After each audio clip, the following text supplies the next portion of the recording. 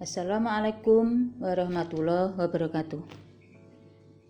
Selamat pagi anak-anak.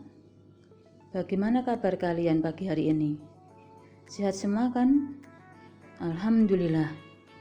Semoga nikmat sehat ini selalu mengiringi setiap langkah kita. Amin. Anak-anak, selamat berjumpa lagi pada kesempatan yang berbahagia ini. Pada pertemuan kita kali ini, kita akan membahas tentang teks eksplanasi. Agar pembelajaran tentang teks eksplanasi bisa tercapai, marilah kita pahami dulu tentang tujuan pembelajarannya. Adapun tujuan pembelajaran teks eksplanasi, yang pertama yaitu memahami definisi teks eksplanasi. Yang kedua, memahami tujuan teks eksplanasi. Yang ketiga, memahami ciri-ciri teks eksplanasi. Yang keempat, memahami kaidah kebahasaan teks eksplanasi. Yang kelima, memahami struktur teks eksplanasi. Yang keenam, memahami contoh teks eksplanasi. Dan yang ketujuh adalah menganalisis struktur teks eksplanasi. Baiklah, kita mulai dari pengertian teks eksplanasi.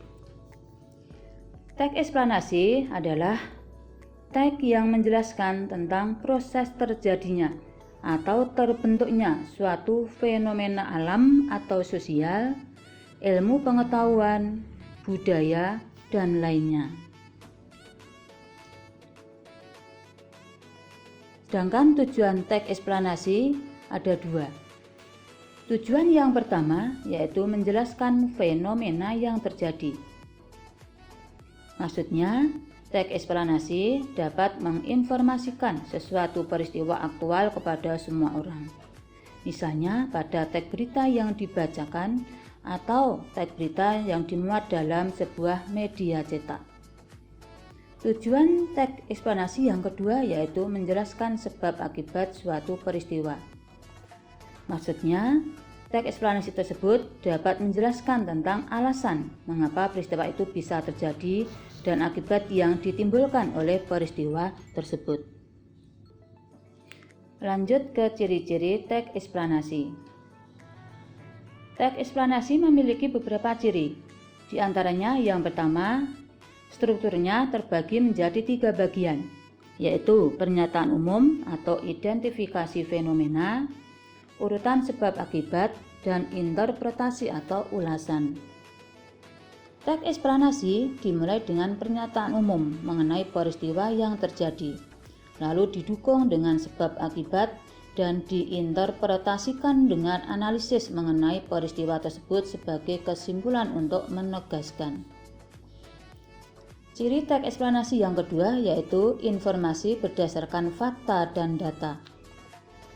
Penjelasan yang disampaikan dalam teks eksplanasi disertai dengan segala bentuk data-data akurat yang didapatkan. Data tersebut bisa diperoleh dari hasil penelitian, wawancara, observasi, maupun dari referensi yang berupa buku, berita, dan sejenisnya. Data dalam teks eksplanasi ini harus bersifat nyata berdasarkan fakta di lapangan. Oleh karena itu, teks eksplanasi selalu berkaitan dengan peristiwa nyata. Ciri teks eksplanasi yang ketiga yaitu bersifat objektif. Artinya, teks eksplanasi bersifat apa adanya, sesuai dengan data dan fakta, tidak boleh bersifat khayalan atau perspektif belaka. Ciri yang keempat yaitu membahas mengenai pengetahuan dan peristiwa atau bersifat keilmuan. Artinya, pada teks eksplanasi tersebut harus memberikan suatu informasi dan pengetahuan yang ilmiah sesuai dengan peristiwa yang terjadi beserta proses sebab akibatnya. Ciri yang kelima yaitu bersifat informatif, yang berarti pada teks eksplanasi tersebut bersifat memaparkan data, menjelaskan informasi secara nyata tanpa menggurui dan mendoktrin. Kita lanjutkan yang berikutnya yaitu kaidah kebahasaan teks eksplanasi. Kaidah kebahasaan yang pertama yaitu berfokus pada hal atau benda yang bersifat umum, bukan partisipan manusia. Contohnya tentang tsunami, banjir, gempa bumi, kerusuhan, dan sebagainya. Kaidah kebahasaan yang kedua yaitu menggunakan bahasa baku dan ilmiah. Kaidah kebahasaan ketiga yaitu lebih banyak menggunakan verba material dan relasional atau kata kerja aktif.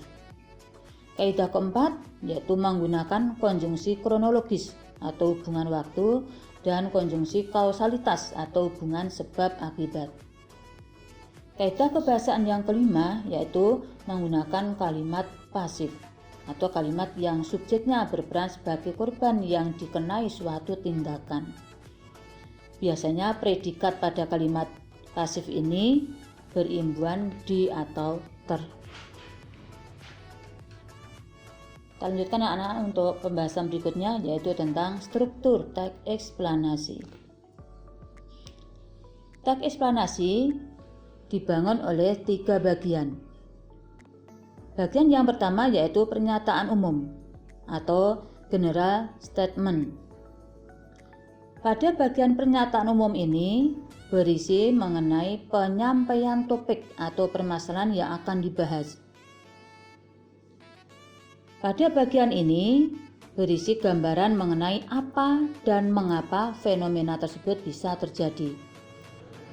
Penulisan pernyataan umum harus menarik agar pembaca mau membaca teks eksplanasi tersebut sampai selesai.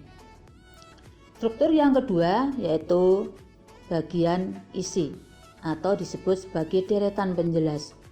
Bagian isi ini merupakan bagian yang berupa urutan sebab akibat dari suatu fenomena. Pada bagian ini terdapat penjelasan yang detail dari suatu fenomena yang dibahas secara mendalam dan berdasarkan urutan waktu.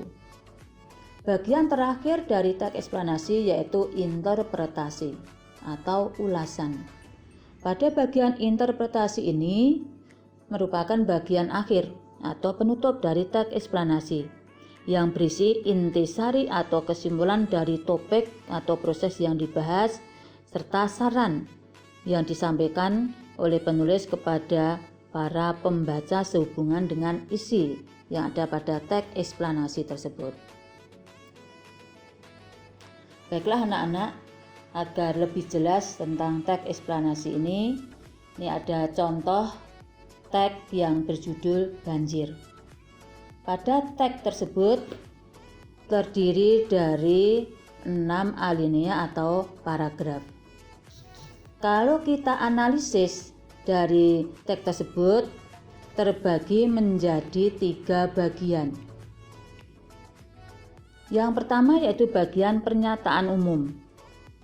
Terdapat pada alinea 1 dan 2. Pada alinea 1 dan 2 tersebut membahas tentang banjir yang merupakan fenomena alam yang terjadi di sekitar kita. Kemudian disusul bagian yang kedua yaitu isi yang berhubungan dengan hubungan sebab akibat. Pada teks tersebut dijelaskan tentang mengapa banjir itu terjadi dan apa akibat dari banjir tersebut. Pada teks disebutkan bahwa banjir disebabkan oleh 2 faktor, yaitu faktor alam dan faktor manusia. Sedangkan akibat banjir bagi manusia yaitu membawa kerugian besar bagi manusia. Di antaranya yaitu bisa menghanyutkan dan merendam barang-barang berharga yang dimiliki oleh manusia. Selain itu juga banyak membawa korban.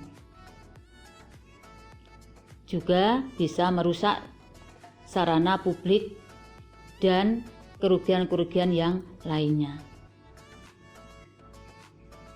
Sedangkan bagian yang terakhir dari teks tersebut adalah interpretasi atau bagian ulasan. Pada bagian terakhir ini, penulis menyampaikan tentang simpulan dari banjir tersebut dan saran yang ditujukan kepada para pembaca agar bisa memperlakukan alam dengan baik dan menjauhi segala penyebab terjadinya banjir, sehingga alam ini tidak marah dan tidak berakibat bagi manusia. Demikian anak-anak untuk pembahasan tentang teks eksplanasi. Saya yakin kalian bisa memahami semua. Selamat bertemu lagi pada pertemuan berikutnya. Jaga kesehatan, tetap patuhi protokol kesehatan. Wassalamualaikum warahmatullahi wabarakatuh.